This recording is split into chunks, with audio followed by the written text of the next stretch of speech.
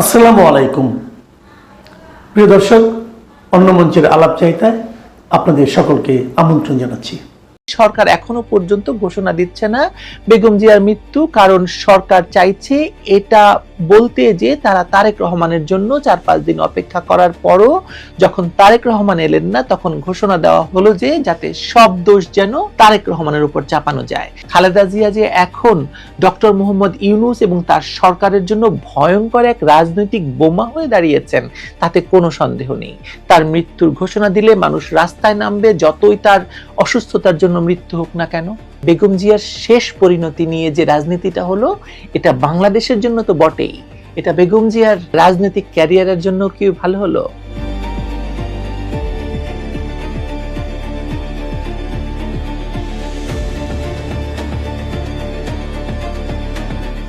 একটা বিজ্ঞপ্তি দেওয়া হয়েছে প্রধান উপদেষ্টার অফিসিয়াল ফেসবুক পেজ থেকে।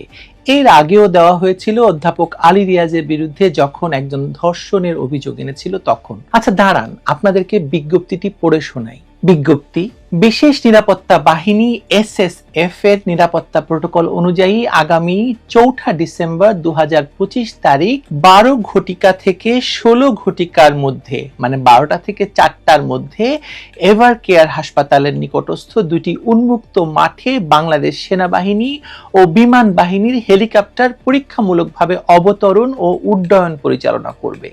এ বিষয়ে কোনো ধরনের অপপ্রচার বা বিভ্রান্তি থেকে বিরত থাকার জন্য অনুরোধ করা হলো। আচ্ছা বলুন তো, ইউনূস সরকার দেশের মানুষকে কি বোকা মনে করে? হঠাৎ ঢাকার প্রধান আবাসিক এলাকার মধ্যে প্রতিষ্ঠিত একটি হাসপাতালের পাশে দুটি উন্মুক্ত মাঠে বাংলাদেশ সেনাবাহিনী ও বিমান বাহিনীর হেলিকপ্টার পরীক্ষামূলকভাবে অবতরণ এবং উড্ডয়ন করবে একটি বিশেষ সময়ে, আর কেউ তা নিয়ে কোনো ধরনের কথা বলতে পারবে না? মানুষের মুখটা বন্ধ রাখাটা কি এতই সোজা? এই এভার কেয়ার হাসপাতালে চিকিৎসাধীন রয়েছেন বিএনপি নেত্রী বেগম খালেদা জিয়া। তিনি জীবিত আছেন কিনা কিংবা মৃত, তার শারীরিক অবস্থা কি, তা নিয়ে যখন দেশে বিদেশে আলোচনা তুঙ্গে, তখন এই হাসপাতালের পাশের মাঠে একটি নির্দিষ্ট সময়ে দুই বাহিনীর হেলিকপ্টার ওঠানামা করবে আর মানুষ সেটা নিয়ে কথা বলবে না। দেশের মানুষ এতটাই উদ্বেগহীন, শান্ত আর অরাজনৈতিক হয়ে গেছে বলে মনে করেন ইউনূস মহাজন? আমরা তো জানি যে ইউনূস মহাজনের চেষ্টাটাই তাই, যে মানুষ যাতে রাজনীতি নিয়ে কথা না বলে, সরকার নিয়ে কথা না বলে, কোনো রাজনৈতিক দল না থাকে, এবং সে কারণেই তার এই -2 থিওরি 1-11-তে শুরু করেছিল, এখন আবার নতুন করে দেখা দিয়েছে, এখন আবার -4 হয়ে যাচ্ছে, মাইনাস অনেক কিছু হয়ে যাচ্ছে, minus Awami League, minus BNP. তিনি শুধু জামাতকে নিয়ে একটি সরকার চালাতে চাইছেন, জঙ্গিদেরকে নিয়ে তিনি একটি সরকার চালাতে চাইছেন। মজার ব্যাপার হলো, ইতিমধ্যে এই বিজ্ঞপ্তি প্রকাশের আগে থেকেই সামাজিক যোগাযোগ মাধ্যমে দুই ধরনের কথা চালু হয়ে গেছে। প্রথম কথা হলো, অনেকে বলছেন যে আগামীকাল 4 ডিসেম্বর দুপুর 12টা থেকে বিকেল 4টার মধ্যে তারেক রহমান দেশে ফিরে তার মৃত্যু পথযাত্রী মাকে দেখে আবার ফিরে যাবেন, কিংবা তিনি এসে ঘোষণা দিয়ে যাবেন যে তার মা আর জীবিত নেই। ওদিকে বিএনপি নেতা মেজর অবসরপ্রাপ্ত আখতারুজ্জামানের দাবি যে বেগম জিয়া হয়তো ইতিমধ্যে মৃত্যুবরণ করেছেন, এবং যেহেতু বেগম জিয়া মারা গেলে তার প্রতিক্রিয়া হবে ভয়ঙ্কর, সেহেতু সরকার তার মৃত্যুর ঘোষণা দিচ্ছে না, অপেক্ষা করা হচ্ছে তারেক রহমানের জন্য, যাতে তারেক রহমান এসে ঘোষণা দেন। তাতে সরকারের ওপর থেকে দায় কমে যাবে, বা সরকার বলতে পারবে আমরা তো 4-5 দিন অপেক্ষা করেছি তারেক রহমানের জন্য, তিনি তো আর আসেননি। মানে তিনি আরো বলতে চাইছেন যে সরকার এখনো পর্যন্ত ঘোষণা দিচ্ছে না বেগম জিয়ার মৃত্যু, কারণ সরকার চাইছে এটা বলতে যে তারা তারেক রহমানের জন্য 4-5 দিন অপেক্ষা করার পরও যখন তারেক রহমান এলেন না তখন ঘোষণা দেওয়া হলো যে যাতে সব দোষ যেন তারেক রহমানের উপর চাপানো যায়, এবং এভাবেই তারেক রহমানকে বাংলাদেশের রাজনৈতিক স্ফেয়ারে বা বিএনপির সমর্থকদের কাছেও একটা ভিলেন হিসেবে প্রচার করা সম্ভব হবে। এক ঢিলে বহু পাখি মারার চেষ্টা হচ্ছে, এটা এক ধরনের বক্তব্য। যা কিছুই হোক, দুঃখজনক হলো যে দেশের একাধিকবারের নির্বাচিত প্রধানমন্ত্রী এবং একটি বৃহৎ দলের নেতা, তার শেষ পরিণতিটাও অত্যন্ত রাজনৈতিক করে ফেললো এই ইউনূস সরকার, এবং অত্যন্ত ফিসিয়ে কতগুলো ব্যাপার করে ফেললো তার এই শেষ যাত্রাকে। একই সঙ্গে বেগম জিয়ার সুযোগ্য পুত্র তারেক রহমানও এর জন্য দায়ী। তিনিও চাইলে বেগম জিয়াকে এই টানা হ্যাচটার ভেতর থেকে বের করতে পারতেন, কিন্তু কেউই সেটা করেননি। বেগম জিয়ার শান্তিপূর্ণ রাজনৈতিক প্রস্থান হতে পারত। অসংখ্য মানুষ তাকে ভালোবাসে, আর ভালোবাসে বলেই তার শান্তিপূর্ণ প্রয়াণ চেয়েছিল অনেকেই, সবাই, যেটা হয়তো ইউনূস সরকারের রাজনীতির কারণে একদমই হচ্ছে না, অসম্ভব হয়ে দাঁড়িয়েছে এখন। সম্মানিত দর্শক, আপনারা সবাই জানেন যে বাংলাদেশের কিংবদন্তির রাজনৈতিক ব্যক্তিত্ব বেগম খালেদা জিয়া বাংলাদেশ জাতীয়তাবাদী দলের চেয়ারপারসন এবং গণতন্ত্রের আপসহীন নেত্রী বেগম খালেদা জিয়া ইন্তেকাল করেছেন। ইন্না লিল্লাহি ওয়া ইন্না ইলাইহি রাজিউন। একটা জিনিস না বললেই নয় যে এখানে বেগম জিয়ার যে মৃত্যু, এই সময়টিতে আমাদের জাতীয় জীবনে, আমাদের রাজনৈতিক জীবনে এবং আমাদের অনেকের ব্যক্তিগত জীবনের অনেক স্বপ্ন, অনেক মোহ, অনেক আশা এবং অনেক ভরসার যে স্থল রয়েছে সেগুলো ভেঙে চুরে চুরমার করে দেবে। বেগম জিয়াকে নিয়ে আমার ব্যক্তিগত যে স্মৃতি, সেই বিষয় নিয়ে কথা বলবো। তার আগে যে বিষয়টি বলা দরকার যে তিনি পরিণত বয়সে ইন্তেকাল করেছেন এবং তিনি সেই সৌভাগ্যবতী রমণী, বহু রাজনৈতিক উত্থান এবং পতনের মধ্য দিয়ে তার জীবনের পরিপূর্ণতা তিনি পৌঁছে গেছেন এবং জীবন সায়াহ্নে তিনি রাষ্ট্রের আনুকূল্য পেয়েছেন, মানুষের ভালোবাসা পেয়েছেন এবং মৃত্যুর শয্যায় তিনি তার প্রিয়জনকে কাছে পেয়েছেন, সন্তান, তারপরে পুত্রবধূ, নাতি নাতনি থেকে শুরু করে অন্যান্য যারা আছেন তাদের সবাইকে। এটি সাধারণত এই পর্যায়ে রাজনৈতিক যারা ব্যক্তিত্ব তাদের জীবনে এরকম ঘটে না এবং তার এই মৃত্যুকে কেন্দ্র করে সারা বাংলাদেশ কাঁদছে। এবং আপনারা যারা আমার এই থাম্বনেইলের ছবিটি দেখছেন, এই ছবিটি মূলত ইন্টারনেটে ভাসছে। ছবির যে গাম্ভীর্যতা, ছবির যে হৃদ্যতা এবং সেই ছবির যে মোহময়তা, এই মোহময়তার কারণে যে কোনো মানুষই তার সম্পর্কে যাকে বলা হয় শোকাতুর হবেন এই ছবি দেখার সঙ্গে সঙ্গে। এর কারণ হলো এই বাংলার সঙ্গে তার যে সম্পর্ক, সেই সম্পর্ক মহান মুক্তিযুদ্ধের সময়কাল থেকে। তারপর তিনি সেনাপ্রধানের স্ত্রী, তারপর তিনি যাকে বলা হয় রাষ্ট্রপ্রধান অর্থাৎ প্রেসিডেন্টের স্ত্রী, ফার্স্ট লেডি, বিরোধী দলীয় নেত্রী, নিজে তিনবার প্রধানমন্ত্রী। এরপর গত 15টি বছর ধরে শেখ হাসিনার জমানাতে, না ঠিক শেখ হাসিনার জমানা নয়, 2006 থেকে 111 এবং শেখ হাসিনার জমানা থেকে তিনি যে জুলুম এবং অত্যাচারের শিকার হয়েছেন, যেটাকে মজলুম জননেত্রী বলা যেতে পারে, তো তার এই জুলুম এবং অত্যাচার দেশের আপামর জনসাধারণের মনে বিষাদ সৃষ্টি করেছে। মানুষের সহানুভূতি, শ্রদ্ধা এবং ভালোবাসার সর্বোচ্চ স্তরে তিনি পৌঁছে গেছেন এবং তিনি এমনি ব্যক্তিগত জীবনে খুব স্বল্পভাষী, অনাহত কোনো কথাবার্তা তিনি বলেন না বা বলেননি। কারো ব্যক্তিগত বিষয় নিয়ে, তারপর অপ্রয়োজনীয় কোনো বিষয় নিয়ে তিনি কখনোই তার প্রতিক্রিয়া দেখাননি।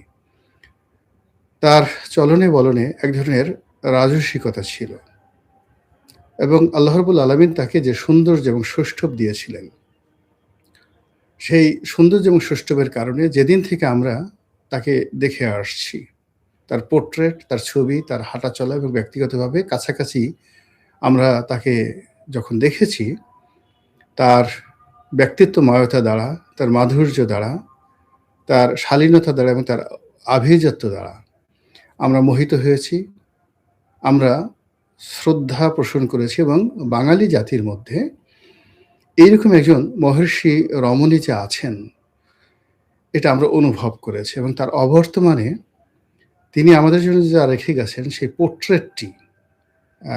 পোর্ট্রেটটি আমাদের জীবনে ভীষণ রকমভাবে থেকে যাবে। এবং আমরা যখনই বাংলাদেশের রাজনীতির কথা স্মরণ করব, বিএনপির কথা স্মরণ করব, শাসনতন্ত্রের কথা স্মরণ করব, তখন একজন ডিসেন্ট লেডি হিসাবে, একজন ডিসেন্ট মানুষ হিসাবে যদি কারো পোর্ট্রেট আমাদের সামনে আসে, সবার আগে বেগম খালেদা জিয়ার পোর্ট্রেট আমাদের সামনে আসবে। তিনি ইন্তেকাল করেছেন, মহান আল্লাহ রাব্বুল আলামিনের দরবারে তার জন্য অন্তরের অন্তঃস্থল থেকে দোয়া করি, আল্লাহ রাব্বুল আলামিন যেন তার আপন করে তার এই যে বান্দা বা বান্দি, তাকে ক্ষমা করে দেন এবং জান্নাতের সর্বোচ্চ মাকাম তাকে দান করেন। কৃতজ্ঞতা সহকারে স্মরণ করছি তিনি এই জাতির জন্য কি করেছেন, আর কৃতজ্ঞতা সহকারে স্মরণ করছি আমার সঙ্গে তার সম্পর্ক। তিনি এই যে অসুস্থ যতদিন ছিলেন, আমার মধ্যে এক ধরনের মনোবেদনা কাজ করছিল, ভীষণ রকম মনোবেদনা কাজ করছিল। ওনার সঙ্গে আমার কখনো সরাসরি কথা হয়নি, কখনো দেখা হয়নি, কিন্তু আমি জানতাম যে তিনি আমাকে অসাধারণ এবং অস্বাভাবিক স্নেহ করতেন। আমি যে বিএনপির মনোনয়নটা পেয়েছিলাম মূলত তার আগ্রহে, আমি এটা জানতাম না। যখন আমি মনোনয়ন পেলাম তখন মির্জা ফখরুল ইসলাম সাহেব বলেছিলেন যে, "আপনার এই মনোনয়নে আমরা যে আপনাকে মনোনয়ন দিতে পারলাম ২০১৮ সনে, এই মুহূর্তে সবচেয়ে বেশি খুশি হয়েছেন বেগম খালেদা জিয়া।" এবং তিনি তখন জেলে ছিলেন। নির্বাচনের আগে যখন আ মির্জা ফখরুল ইসলাম সাহেব জেলখানাতে বেগম জিয়ার সঙ্গে দেখা করেছিলেন, তখন সম্ভবত তিনি বলেছিলেন যে, "রনিকে যদি আওয়ামী লীগ থেকে মনোনয়ন না দেয়, আপনারা চেষ্টা করবেন তাকে বিএনপি থেকে মনোনয়ন দেওয়ার জন্য।" তো সেই কথার প্রেক্ষিতে মির্জা ফখরুল ইসলাম আলমগীর বলতে গেলে জনাব তারেক রহমান সাহেবের সঙ্গে আলোচনা না করেই আ আমার মনোনয়নটি তিনি নিশ্চিত করেন। তো আমার ধারণা ছিল যে হয়তো জনাব তারেক রহমান সাহেব আমাকে পছন্দ করেছেন বা তিনি হয়তো মির্জা ফখরুল সাহেবকে বলেছেন। কেননা এটা এত দ্রুত হয়েছিল যে ওই সময়টিতে এটা নিয়ে আমার আসলে খোঁজখবর নেওয়ার মতো সময় ছিল না। তো পরবর্তীতে তারেক রহমান সাহেবের ঘনিষ্ঠ একজন সাংবাদিক আছেন, জনাব সালেহ উদ্দিন। তো জনাব সালেহ উদ্দিন ছিলেন। তো থাকার কারণে তিনি কি হলেন, আমি তার কাছে শুনেছি যে আমার এই মনোনয়নের ব্যাপারে মির্জা ফখরুল সাহেবই আসলে ভূমিকা নিয়েছেন। তারেক রহমান সাহেব বরং একটু বিরক্ত হয়েছেন। এই কারণে বিরক্ত হয়েছেন যে মির্জা ফখরুল সাহেব আমাকে যে মনোনয়ন দেওয়া হবে এই ব্যাপারে রহমান সাহেবের সঙ্গে আসলে কোনো আলাপ আলোচনাই নাকি করেননি। এটা সালেহ সাহেব আমাকে বলেছেন পরবর্তীতে। এনিওয়ে নির্বাচনের নমিনেশন পাওয়ার পর আমি আ তারেক রহমান সাহেবের সঙ্গে একাধিক কথাবার্তা বলেছি। তার সঙ্গে আমার হৃদ্যতাপূর্ণ সম্পর্ক ছিল বা এখনো আছে। কথা হয়েছে, দীর্ঘক্ষণ কথা হয়েছে, কিন্তু এই বিষয়গুলো নিয়ে কখনো আলোচনা হয়নি। তো আমার সঙ্গে বেগম জিয়ার যে সম্পর্কটি এটা কিভাবে হলো, এটা আমি খুব সংক্ষেপে আজকে আপনাদেরকে বলছি। সম্ভবত ২০১৩ সনে আমি তখন সংসদ সদস্য। পার্লামেন্টের মধ্যে, পার্লামেন্টের বাইরে আওয়ামী লীগের লোকজন দেখা গেল কোনো উপলক্ষ হলেই বিএনপিকে একটা গালি দিতে হবে, জিয়াউর রহমান সাহেবকে একটা গালি দিতে হবে, বেগম জিয়াকে নিয়ে অশ্লীল অশ্রাব্য কথাবার্তা বলতে হবে। এটা একটা আওয়ামী লীগের স্টাইলে পরিণত হয়েছিল। এবং আওয়ামী লীগের অনেক সিনিয়র নেতৃবৃন্দ, জুনিয়ররা তো বটেই, তাদের মধ্যে একটা ধারণা ছিল যে যদি বেগম জিয়াকে একটি গালি দেওয়া হয়, তাকে নিয়ে যদি অশ্লীল এবং অশ্রাব্য বক্তব্য দেওয়া হয় পার্লামেন্টের ভিতরে এবং বাইরে, তাহলে হয়তো তাদের নম্বর বৃদ্ধি পাবে এবং দলীয় প্রধান তাদেরকে পুরস্কৃত করবেন। তো এইজন্য আপনারা দেখবেন যে ওই পার্লামেন্টে প্রচুর আজে-বাজে কথা পার্লামেন্টের ভিতরে এবং বাইরে হয়েছে।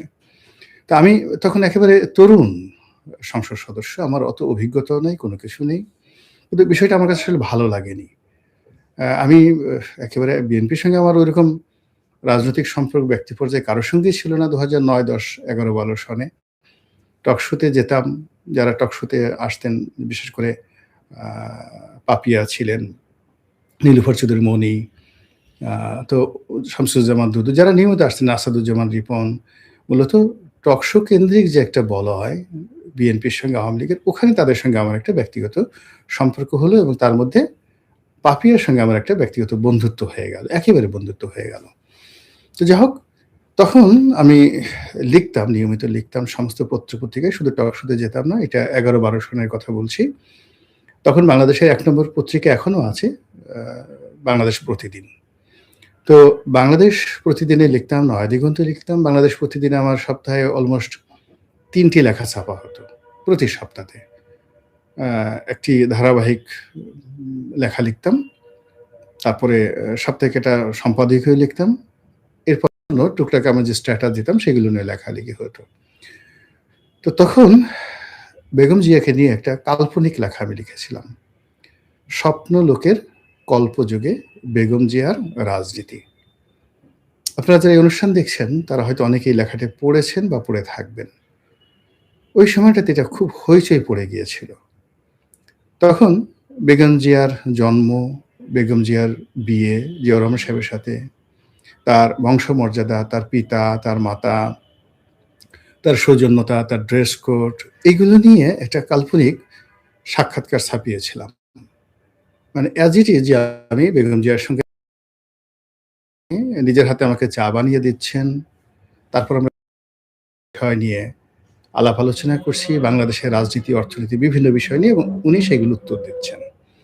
তো এই লেখার মাধ্যমে মূলত উনার আভিজাত্য, উনার বৈশিষ্ট্য, উনার সৌন্দর্য, তারপরে উনার রাজনৈতিক প্রজ্ঞা এবং উনার যে কন্ট্রিবিউশন যেটিকে বলা হয়, অবদান, রাজনীতিতে অবদান, এই বিষয়গুলো আমি আমার মতো করে আ ফুটিয়ে তোলার চেষ্টা করেছি সেই বাংলাদেশ প্রতিদিনের সম্পাদকীয়তে। ওটা ওই সময়টাতে রীতিমতো ভাইরাল হয়ে পড়েছিল। বিএনপির যারা নেতাকর্মী আছেন তারা হাজার, হাজার ওইটার ফটোকপি করে নিজেদের মধ্যে বিতরণ করেছিলেন এবং বেগম জিয়া এই লেখাটি আ নিজে কয়েকবার পড়েছিলেন। তো উনি উনার ওই সময় শিমুল বিশ্বাস ছিলেন। তো শিমুল বিশ্বাসকেও তিনি বলেছেন। শিমুল বিশ্বাস সাহেব আমাকে টেলিফোন করে ধন্যবাদ জানিয়েছেন। তারপর তিনি যখন জানলেন যে পাপিয়ার সঙ্গে আমার খুব ভালো বন্ধুত্ব, তো পাপিয়াকে তিনি বললেন যে, "রনি তো খুব ভালো লেখা লিখে। তো ভালো লেখা ওকে একদিন নিয়ে আসো না আমার কাছে। আমি দেখা করতে চাই।" তো পাপিয়া বলল আমাকে। তো আমি বললাম যে, "দেখো আমি একটা বিরোধী দলের এমপি। আমি যদি বেগম জিয়ার সঙ্গে দেখা করি, রাজনীতির ওই সৌজন্যতাটা এখন আসলে বাংলাদেশে নেই। এটা আসলে আমি ধারণ করতে পারব না।" তো ওই সময়টাতে আমার দেখা হয়নি তার সঙ্গে। পরবর্তীতে যখন ২০১৪ সনের পরে বা ১৫ সনে ঢাকা সিটি কর্পোরেশন নির্বাচন হলো, আমি স্বতন্ত্র দাঁড়ালাম। তো ওই সময়টাতে তিনি আমার সঙ্গে টেলিফোনে কথা বলতে চেয়েছিলেন। শিমুল বিশ্বাস সাহেব, তারপরে আ মীর হেলাল আর ব্যারিস্টার সাইফুর রহমান, উনারা ৩ জন ওখানে দাঁড়ানো ছিলেন। তো আ ব্যারিস্টার সাইফুর আমাকে টেলিফোন করলেন যে, "ম্যাডাম কথা বলবেন।" তো আমি আসলে ভয় পেয়ে গেলাম। ভয় পেয়ে গেলাম এই কারণে যে তখন তো দেশের রাজনৈতিক পরিস্থিতি এমন, যেটা বেগম জিয়া আমাকে বলার চেষ্টা করছিলেন। আমি বললাম যে, "উনি কি বলতে চান?" তো উনি বলতেছেন যে, "আসলে রনিকে বলো যে আমি তাকে মনোনয়ন দেব। তার আসলে এই সিটি কর্পোরেশন নির্বাচন থেকে উইথড্র করলেই বেটার। সে যদি আ মির্জা আব্বাসকে সমর্থন দেয় তাহলে আমাদের জন্য ভালো হয়।" তো তখন আসলে আমরা ধারণা করেছিলাম যে নির্বাচনটা খুব যাকে বলা হয় সিটি কর্পোরেশন নির্বাচন যেটা যে সাবেক খোকন সাহেব যেটা হানিফ সাহেবের ছেলে তিনি দাঁড়িয়েছিলেন, মির্জা আব্বাস দাঁড়িয়েছিলেন, আমি দাঁড়িয়েছিলাম। এখানে খুব আ প্রতিযোগিতামূলক হবে। কিন্তু তখন থেকে আসলে মেটিকুলাস ডিজাইনে এই নির্বাচনের কারচুপির যে চিন্তা সরকার করছিল ওটা আমরা আসলে কল্পনা করতে পারিনি। যাই হোক আমি নির্বাচন থেকে সরে দাঁড়াইনি। কিন্তু উনার কথা মতো আমি নির্বাচনের কোনো প্রচার এবং প্রোপাগান্ডা চালাইনি। তো এভাবে ডে বাই ডে পরিস্থিতি খারাপ হতে থাকলো।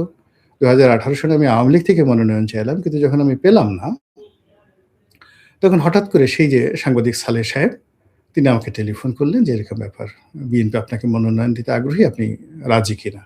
তো আমি ২ দিন চিন্তা ভাবনা করলাম। তো উনি ২-৩ বার আবার টেলিফোন করলেন। আবার টেলিফোন করার পর তারপর শেষে আমি রাজি হলাম এবং মনোনয়ন পেলাম। কিন্তু এর মধ্যে একটা ঘটনা ঘটে গেল। আ জনাব মোসাদ্দেক আলী ফালু যিনি এনটিভির মালিক।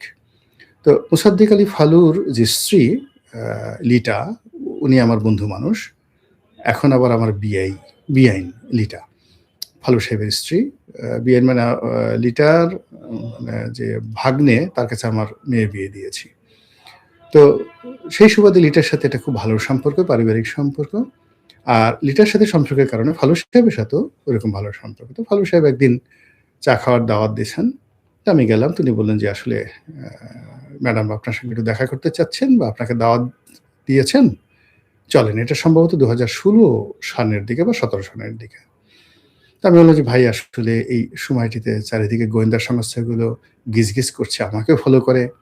আমি আওয়ামী লীগে আছি কিন্তু আ মনে করে যে আমি আওয়ামী লীগে নেই। তো এই অবস্থাতে আসলে বেগম জিয়ার সঙ্গে দেখা করলে আমার একটা নৈতিক দুর্বলতা কাজ করবে। আমি এটা আসলে চাচ্ছি না।"